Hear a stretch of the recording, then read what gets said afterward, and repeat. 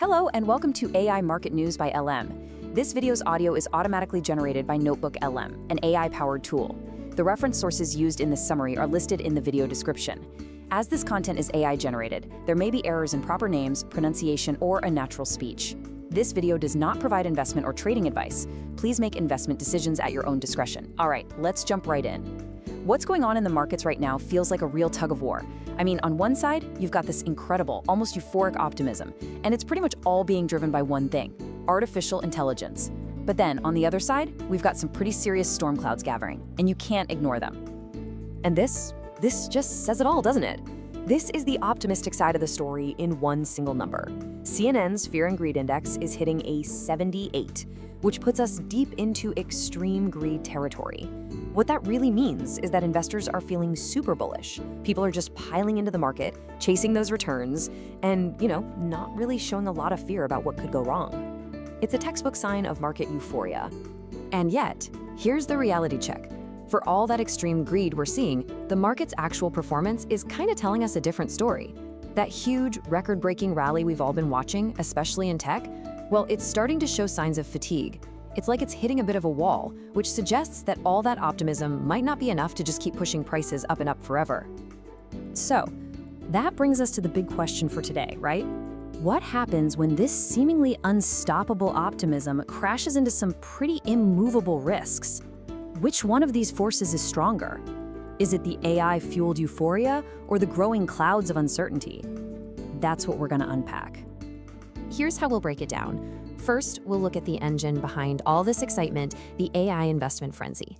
Then we'll shift gears to the big question marks, what the central banks are up to, and the new geopolitical wildcards.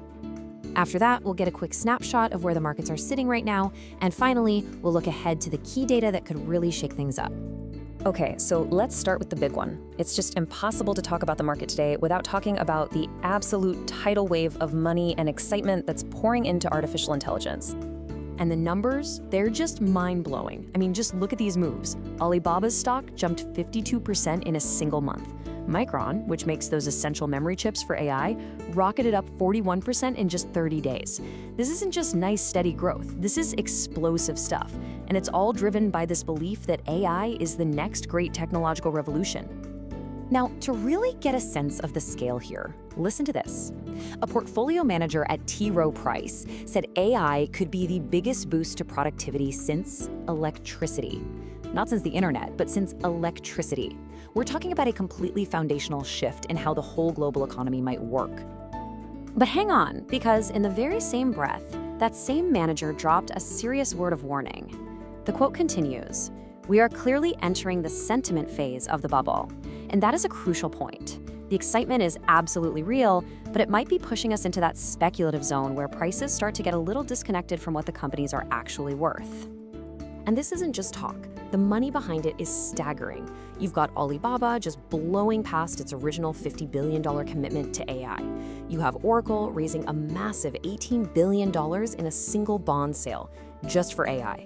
And then you have Masayoshi Son over at SoftBank, whose personal fortune is hitting record highs, all because of his huge bets on this technology. Okay, so let's pivot from all that euphoria to the uncertainty. While the tech world is just on fire, the world of monetary policy is kind of holding its breath, and it all starts with the central banks. Over in the US, it feels like the Federal Reserve is speaking with two different voices. On one side, you have Chair Powell, who's playing it very cool, staying neutral, not really giving any new clues, basically keeping all of his options open. But then, on the other side, you've got Governor Bowman, who's sounding the alarm, warning that the Fed is in serious risk of falling behind in the fight against inflation. These mixed signals make it incredibly tough for the market to figure out what's coming next. So how are traders dealing with this? Well, according to the CME FedWatch tool, which is a great way to see what the market thinks, the betting is overwhelmingly on a pause. We're seeing an 85% probability that the Fed just holds rates right where they are at the next meeting. A few people are still hoping for a cut, but almost nobody thinks a hike is coming. The market is basically saying, when in doubt, expect them to do nothing. And this isn't just a US thing. Around the world, the picture is just as murky. There's chatter that the Bank of Japan, of all places, might actually start hiking rates, a huge policy shift for them. At the same time, the Swiss National Bank just hit the pause button on its own rate cutting. this global lack of a clear direction is a huge reason for the uncertainty in the market right now. So, as if central bank policy wasn't enough to think about, there's another major wildcard in the mix: geopolitics. Tensions are definitely rising, and you better believe the market is paying close attention. This quote from former President Trump really captures the changing tone. When he was asked if NATO countries should shoot down Russian jets that violate their airspace, the answer was a very blunt, "Yes, I do." Now, this kind of talk represents a major escalation in rhetoric, and it signals a much more aggressive stance, which has immediate effects on the market. And you can see that impact right here. European defense stocks like Rheinmetall and Leonardo popped almost immediately on the news. It's pretty straightforward. When the talk of conflict gets louder, investors buy the companies that build the weapons. And at the same time, oil prices ticked higher. Geopolitical tension, especially when it involves a massive energy producer like Russia, almost always adds a little risk premium to the price of crude. So we have this AI euphoria pushing in one direction, and then we have central bank and geopolitical uncertainty pushing back. So where does that leave us?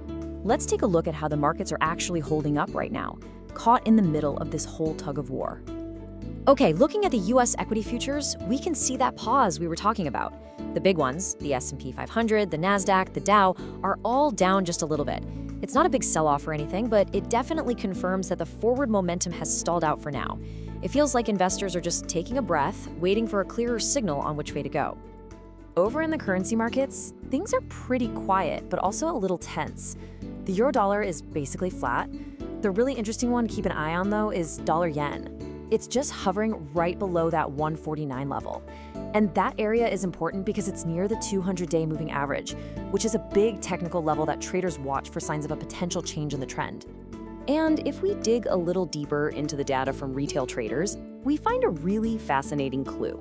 Owanda's order book shows a huge cluster, like a wall of buy orders for dollar-yen, just sitting right below the current price, especially around that 148.50 mark. This tells us that a lot of traders see that level as a floor, and they're ready to jump in and buy if the price dips, which could give the pair some really strong support. So the market is in this really delicate balance. What's it going to take to finally push it one way or the other? Well, it's probably all going to come down to the upcoming economic data. As investing.com shows us, all eyes are going to be on the US data dump at 8:30 a.m. Eastern Time. We're getting 3 really big reports all at once. The GDP number will tell us how strong the economy was. The weekly jobless claims give us a real-time check on the health of the labor market. And durable goods orders, well, that shows us how much businesses are investing for the future. Any one of these could be the spark that finally gets the market moving again. So here's the bottom line. The market is coiled like a spring.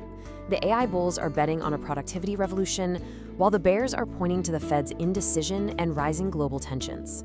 This upcoming data could be the trigger that finally settles the argument. The battle between euphoria and uncertainty is about to come to a head. The only question left is, which side is going to win? Thanks for watching. Don't forget to like and subscribe.